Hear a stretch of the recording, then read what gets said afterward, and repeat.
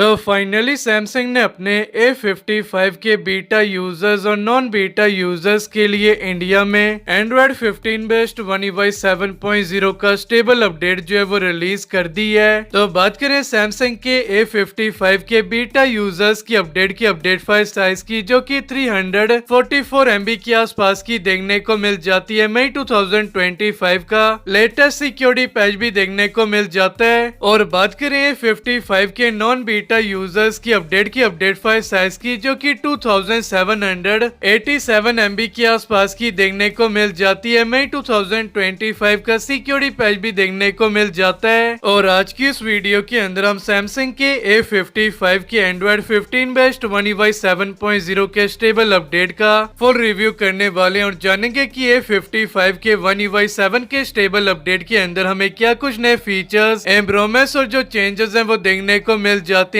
पूरी डिटेल में आज की इस वीडियो के अंदर हम बात करेंगे, तो वीडियो को स्टार्टिंग से लेकर एंड तक जरूर देखना और इस वीडियो को लाइक और चैनल को सब्सक्राइब करके साना बेल आइकन को प्रेस करके ऑल भी सिलेक्ट कर देना। तो दोस्तों चलिए इस वीडियो को स्टार्ट करते हैं। तो सबसे पहले स्टार्ट करते हैं लॉक स्क्रीन से। तो लॉक स्क्रीन में हमें इस बारी काफी सारे न्यू चेंजेस देखने को मिल जाते हैं। अगर हमने यहाँ पर नोटिस किया होगा तो लॉक स्क्रीन के अंदर जो हमें क्विक एक्शन टॉगल्स देखने को मिलते हैं, उनके शेप को सैमसंग ने इस बारी कम्प्लीटली राउंड कर दिया है। राउंड शेप के हमें क्विक एक्शन टॉगल देखने को मिल जाते हैं। और लॉक स्क्रीन को कस्टमाइज करने के जो ऑप्शंस हैं उनके अंदर भी चेंजेस किए गए हैं, कुछ नए फीचर्स ऐड किए गए हैं, कुछ नए ऑप्शंस भी देखने को मिल जाते हैं। पहले हमें लॉक स्क्रीन के बॉटम में फ्रेम और इफेक्ट का ऑप्शन देखने को मिलता था, लेकिन अब हमें यहाँ पर दो नए ऑप्शंस देखने को मिल जाते हैं, सजेस्ट और गैलरी का। सजेस्ट वाले ऑप्शन के अंदर जाएंगे तो हमारा जो डिवाइस है वो हमें खुद सजेस्ट करके देगा कि हमें कौन सा वॉलपेपर अप्लाई करना चाहिए। तो यहाँ पर हमें कुछ वॉलपेपर्स के जो सजेशन है वो देखने को मिलेंगे। वॉलपेपर का जो डिजाइन है वो भी हमें अलग अलग देखने को मिलेगा। क्लॉक भी हमें हर एक वॉलपेपर पे अलग देखने को मिलेगी और वॉलपेपर के जो कलर्स हैं वो भी हमें अलग अलग देखने को मिलेंगे। तो हम अपने अकॉर्डिंग यहाँ पर से कोई भी वॉलपेपर जो है वो अप्लाई करके रख सकते हैं। इसके अलावा गैलरी वाले ऑप्शन के ऊपर क्लिक करके हम डायरेक्ट गैलरी से कोई भी वॉलपेपर जो है वो अप्लाई करके रख सकते हैं। और फ्रेम वाले ऑप्शन के अंदर जाएं तो फ्रेम वाले ऑप्शन के अंदर हमें दो नए फ्रेम्स देखने को मिल जाते हैं, स्टार और हार्ट का। तो ये न्यू One UI 7 के न्यू फ्रेम हमें लॉक स्क्रीन के अंदर देखने को मिल जाते हैं। और इसके अलावा इफेक्ट वाले ऑप्शन के अंदर भी कुछ नए इफेक्ट जो है वो ऐड किए गए हैं। और क्लॉक के ऊपर क्लिक करें तो अब यहाँ पर हमें न्यू इंटरफेस देखने को मिल जाता है क्लॉक को कस्टमाइज करने का। यहाँ पर हमें सबसे पहला ऑप्शन फॉन्ट्स एंड कलर्स का देखने को मिल जाता है। यहाँ पर हमें वही ओल्ड क्लॉक स्टाइल जो है वो देखने को मिल जाती है। और यहाँ पे क्लॉक के कलर को चेंज करने का ऑप्शन जो है वो भी देखने को मिल जाता है। और यहाँ पर जो हमें फर्स्ट क्लॉक स्टाइल देखने को मिलती है उसी की थिकनेस को हम कम ज्यादा कर सकते हैं। और स्टाइल वाले ऑप्शन के अंदर जाएं तो यहाँ पर हमें कुछ और क्लॉक फेसेस जो है वो देखने को मिल जाती हैं। और सबसे आखिर में हमें दो नए क्लॉक फेसेस जो है वो देखने को मिल जाती हैं, जो देखने में काफी ज्यादा अच्छी लगती है। तो इनमें से मैं एक क्लॉक फेस को अपने डिवाइस के ऊपर अप्लाई करके दिखा देता हूँ। तो ये वाली क्लॉक स्टाइल मैंने अपने डिवाइस के ऊपर अप्लाई कर दी और यहाँ पर आपको क्लॉक स्टाइल के नीचे शो वेदर इंफॉर्मेशन का ऑप्शन देखने को मिल जाता है, इसे आप इनेबल भी कर सकते हैं। शो डेट अबाउ क्लॉक का ऑप्शन भी देखने को मिल जाता है, इसे भी आप इनेबल कर सकते हैं। इसे इनेबल करने से डेट जो है वो आपकी क्लॉक के ऊपर शो होगी। और बात करें क्लॉक की तो क्लॉक को इस बार आप पहले के कंपैरिजन में साइज में और भी ज्यादा बड़ा कर सकते हैं, जो यहाँ पर आप देख सकते हैं। क्लॉक के अलावा अब हम एड विजेट्स वाले सेक्शन के अंदर जाते हैं। पहले हमें कुछ ही एप्लीकेशंस के विजेट्स का सपोर्ट लॉक स्क्रीन के ऊपर देखने को मिलता था, लेकिन अब हमें काफी सारी एप्लीकेशंस के विजेट्स का सपोर्ट लॉक स्क्रीन के ऊपर देखने को मिल जाता है। और यहाँ से मैं कुछ विजेट्स अपनी लॉक स्क्रीन के ऊपर अप्लाई करके भी दिखा देता हूँ।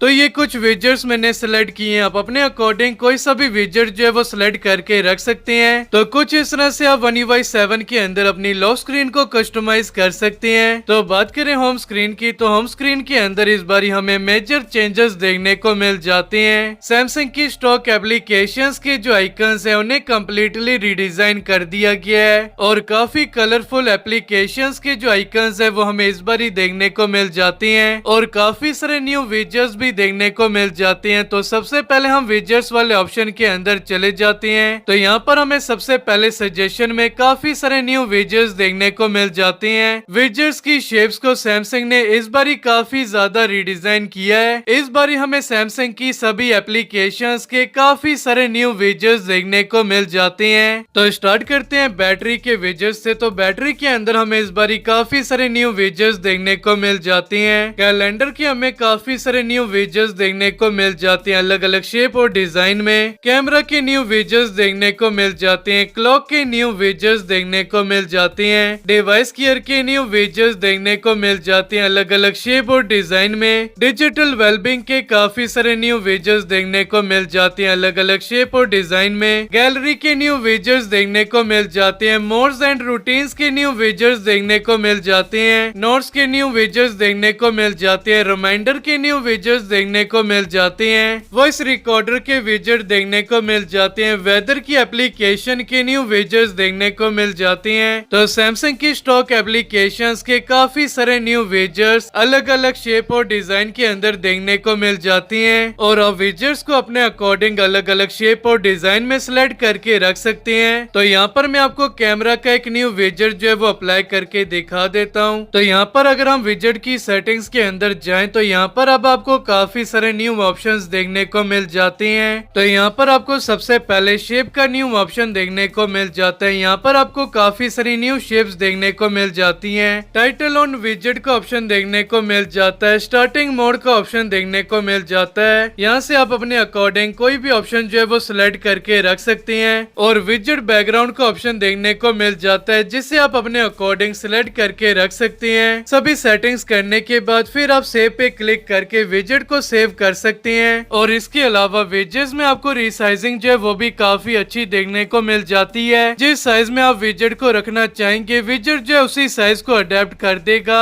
और इसके अलावा बात करें ऐप स्क्रीन की तो ऐप स्क्रीन के अंदर भी हमें मेजर चेंजेस देखने को मिल जाती हैं। तो सबसे पहले जो सर्च बार हमें टॉप में देखने को मिलता था वो अब हमें बॉटम में देखने को मिल जाता है जिसे अब हम वन हैंड से काफी आसानी से यूज कर सकते हैं। और इसके अलावा हमें सर्च बार पे जो 3 डॉट्स देखने को मिल जाते हैं अगर हम उस पर क्लिक करते हैं और फिर शॉर्ट वाले ऑप्शन के ऊपर क्लिक करते हैं तो अब यहाँ पर आपको अल्फाबेटिक ऑर्डर का एक ऑप्शन देखने को मिल जाता है। और अगर अब हम इसे सिलेक्ट करते हैं तो हमारे सैमसंग के डिवाइस के अंदर भी अब हमें वर्टिकल ऐप ड्रॉवर जो है वो देखने को मिल जाता है। तो अब आप सैमसंग के अंदर भी वर्टिकल ऐप ड्रॉवर को जो है वो यूज कर सकते हैं। और इसके अलावा अगर हम 3 डॉट्स पे क्लिक करके सेटिंग्स के अंदर जाएंगे तो यहाँ पर आपको ऐप साइज का एक नया ऑप्शन जो है वो देखने को मिल जाता है। तो यहाँ पर आपको एक स्लाइडर देखने को मिल जाता है। अगर मैं स्लाइडर को कम करूँ तो एप्लीकेशन के जो आइकन्स हैं वो छोटे हो जाएंगे और अगर मैं स्लाइडर को फुल कर दूं तो एप्लीकेशंस के जो आइकन्स हैं वो बड़े हो जाएंगे। और इसके अलावा आपको यहाँ पर ऐप लेबल्स और विजेट्स लेबल का ऑप्शन जो है वो भी देखने को मिल जाता है। और अगर मैं अब इन दोनों ऑप्शंस को ऑन कर दूं तो आप विजेट्स के नीचे विजेट्स का जो नाम है वो शो होगा और एप्लीकेशंस के नीचे एप्लीकेशन का जो नाम है वो शो होगा। जैसे कि ये वेदर विजेट है तो इसके नीचे वेदर लिखा है। जैसे कि ये गूगल का विजेट है तो इसके नीचे गूगल लिखा है। और जैसे ये गैलरी की एप्लीकेशन है तो इसके नीचे गैलरी लिखा है। तो इस ऑप्शन को आप चाहें तो इनेबल कर सकते हैं और चाहें तो डिसेबल करके रख सकते हैं। और इसके अलावा आप यहाँ से होम स्क्रीन के लेआउट को चेंज कर सकते हैं। होम स्क्रीन के ग्रिड को चेंज कर सकते हैं। ऐप स्क्रीन के ग्रिड को चेंज कर सकते हैं। फोल्डर के ग्रिड को चेंज कर सकते हैं और भी काफी सारी सेटिंग्स आप यहाँ से कर सकते हैं। इसके अलावा अगर आपने होम स्क्रीन पे कोई फोल्डर रखा है तो अब आप फोल्डर के साइज को इंक्रीज भी कर सकते हो। सिंपली आपने फोल्डर के ऊपर प्रेस एंड होल्ड करके रखना है और एनलार्ज वाले ऑप्शन के ऊपर क्लिक कर देना है और आपका जो फोल्डर है उसका जो साइज है वो इंक्रीज हो जाएगा।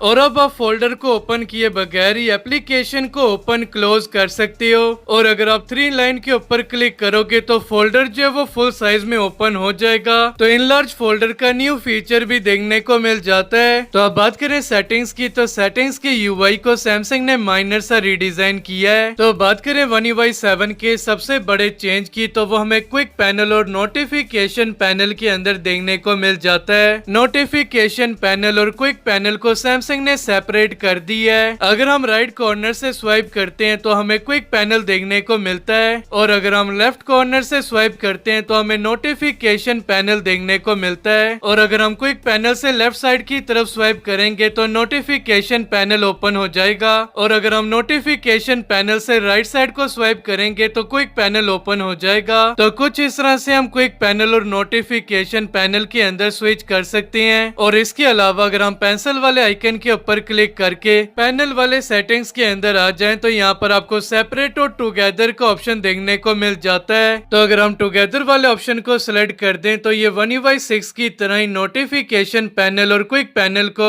मर्ज कर देगा, जैसे कि 1UI6.0 के अंदर देखने को मिलता था। इसके अलावा अगर हम क्विक पैनल के अंदर जाकर पेंसिल वाले आइकन के ऊपर क्लिक करें तो यहाँ पर अब हम टच एंड होल्ड करके क्विक पैनल के ऑर्डर को जो है वो भी चेंज कर सकते हैं। जैसे कि यहाँ पर टॉप में वाईफाई और ब्लूटूथ का ऑप्शन देखने को मिल जाता है। इसे हम टच एंड होल्ड करके नीचे शिफ्ट कर देते हैं और ब्राइटनेस स्लाइडर और वॉल्यूम स्लाइडर को हम टॉप में शिफ्ट कर देते हैं। इसके अलावा आपको यहाँ पर एडिट का ऑप्शन देखने को मिल जाता है और एडिट के ऑप्शन पे क्लिक करके यहाँ पर आप स्मॉल टॉगल्स जो है उन्हें भी क्विक पैनल के अंदर ऐड कर सकते हैं। और यहाँ पर आपको स्मॉल टॉगल्स में सिर्फ 8 ही टॉगल्स शो हो रहे हैं, तो इसे भी आप प्रेस एंड होल्ड करके नीचे की तरफ स्वाइप करके और भी क्विक टॉगल्स को शो कर सकते हो। और डन पे क्लिक करके आपकी जितनी भी सेटिंग्स हैं वो अप्लाई हो जाएंगी और कुछ इस तरह से क्विक पैनल जो है वो एडिट हो जाएगा। और अब आप अपने अकॉर्डिंग क्विक पैनल को कस्टमाइज जो है वो कर सकते हो। अगले फीचर की बात करें तो आपने सबसे पहले सेटिंग्स के अंदर चले जाना है। सेटिंग्स के अंदर जाने के बाद आपने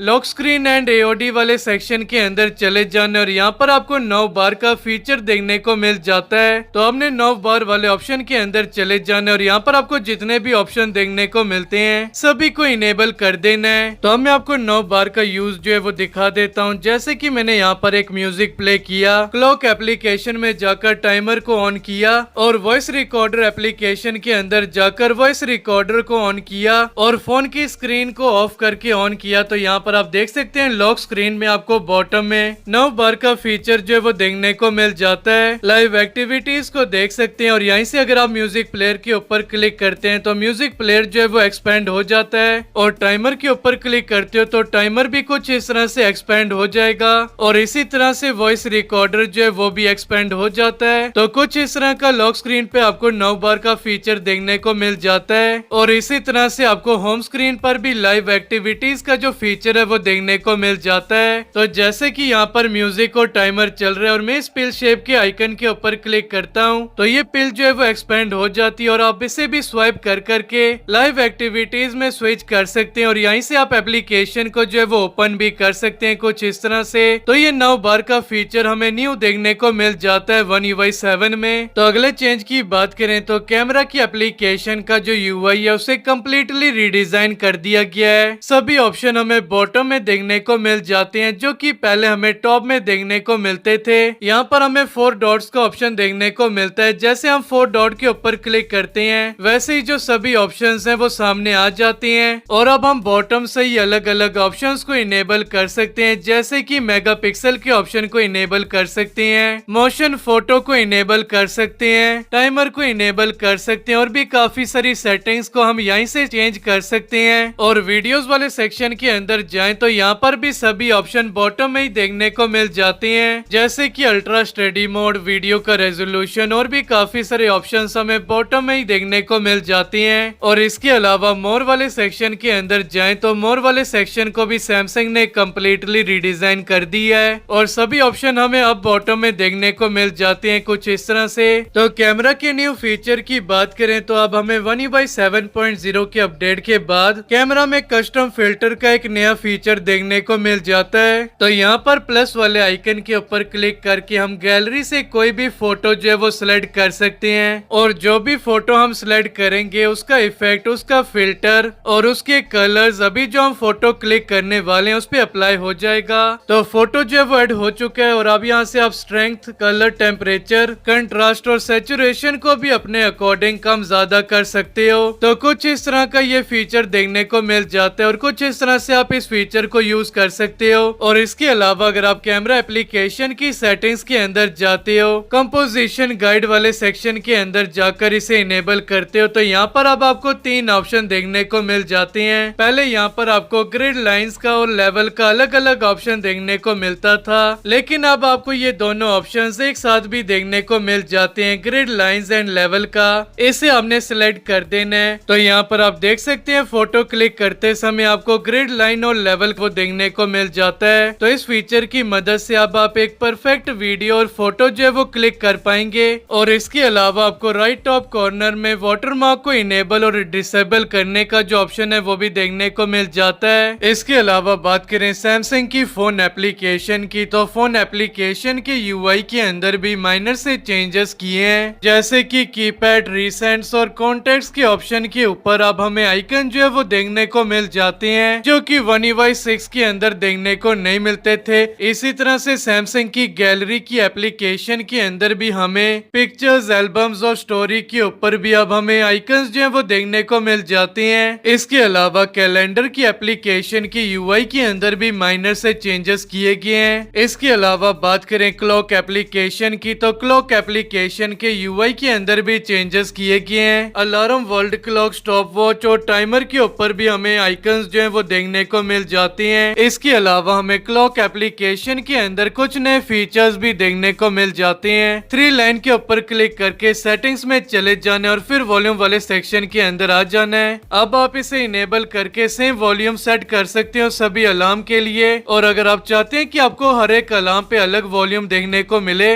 तो वो भी अब आप यहाँ से कर सकते हो। इसके अलावा आपको अलार्म ग्रुप का भी एक नया फीचर देखने को मिल जाता है क्लॉक की एप्लीकेशन में, जिसे आप अपने अकॉर्डिंग यूज कर सकते हैं।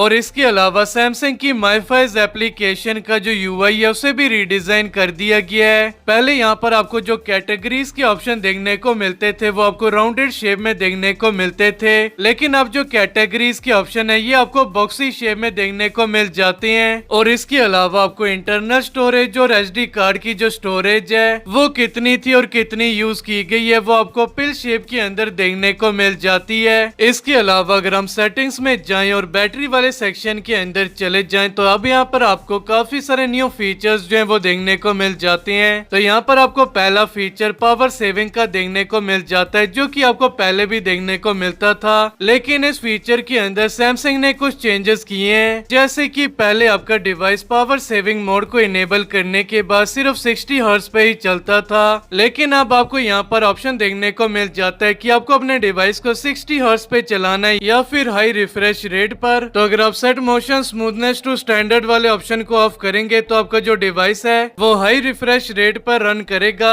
तो ये नया फीचर हमें देखने को मिल जाता है। तो इसके अलावा अगर आप बैटरी प्रोटेक्शन वाले ऑप्शन को ऑन करोगे तो इसके अंदर भी जो चेंजेस हैं वो किए गए हैं। तो पहले अगर आपने मैक्सिमम वाला ऑप्शन सिलेक्ट करके रखा होगा तो यहाँ पर आपको सिर्फ 80 तक का ही ऑप्शन जो है वो देखने को मिलता था। अब आप 95 तक अपनी बैटरी को जो है वो लिमिट करके रख सकते हो, यानी कि आपका जो डिवाइस है अगर आपने 95% सिलेक्ट करके रखा है तो आपका जो डिवाइस है वो 95% तक की चार्ज होगा और फिर चार्जिंग जो है वो स्टॉप हो जाएगी। तो अब आप यहाँ पर अपने अकॉर्डिंग 80, 85, 90 और 95% तक जो बैटरी को लिमिट है वो कर सकते हैं। और इसके अलावा आपको बैटरी वाले सेक्शन के अंदर ऑटो डिम स्क्रीन का ऑप्शन भी देखने को मिल जाता है। तो ये फीचर पहले देखने को नहीं मिलता था, लेकिन अब हमें जो One UI 7 के अपडेट के साथ ये फीचर जो है वो देखने को मिल जाता है। ये फीचर ऑन होगा। अगर आप इसे ऑफ करोगे तो आपका जो डिवाइस है वो 5% बैटरी होने के बाद भी जो स्क्रीन को जो है वो डिम नहीं करेगा।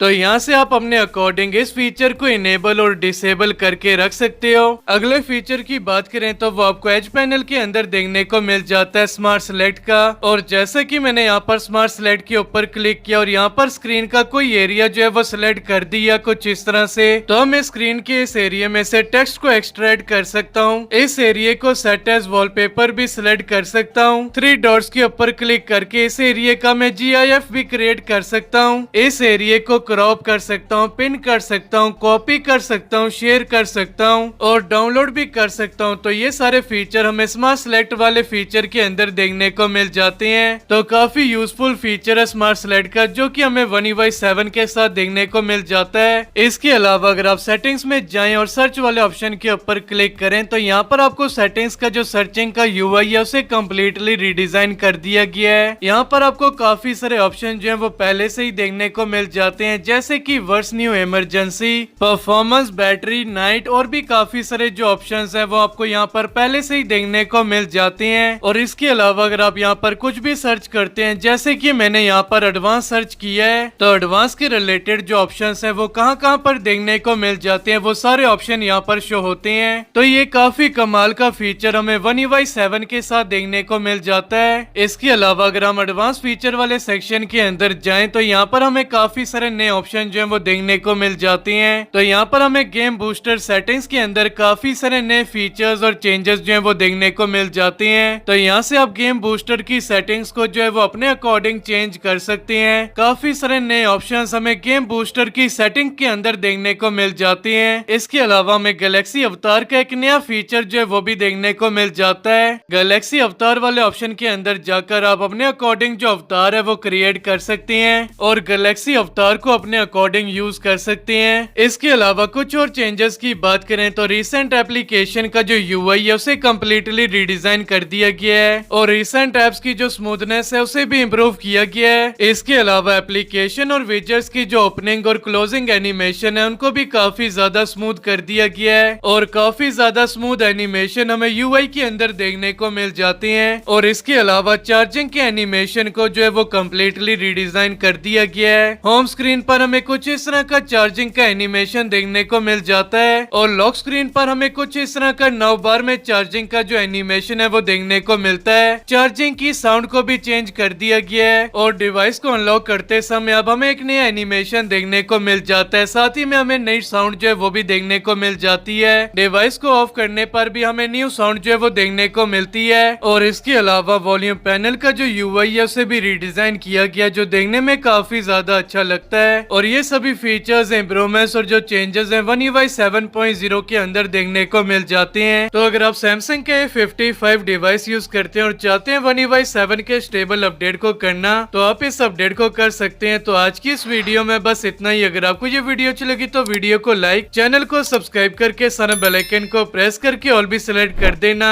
तो तब तक के लिए गुड बाय, मिलते हैं नेक्स्ट वीडियो में।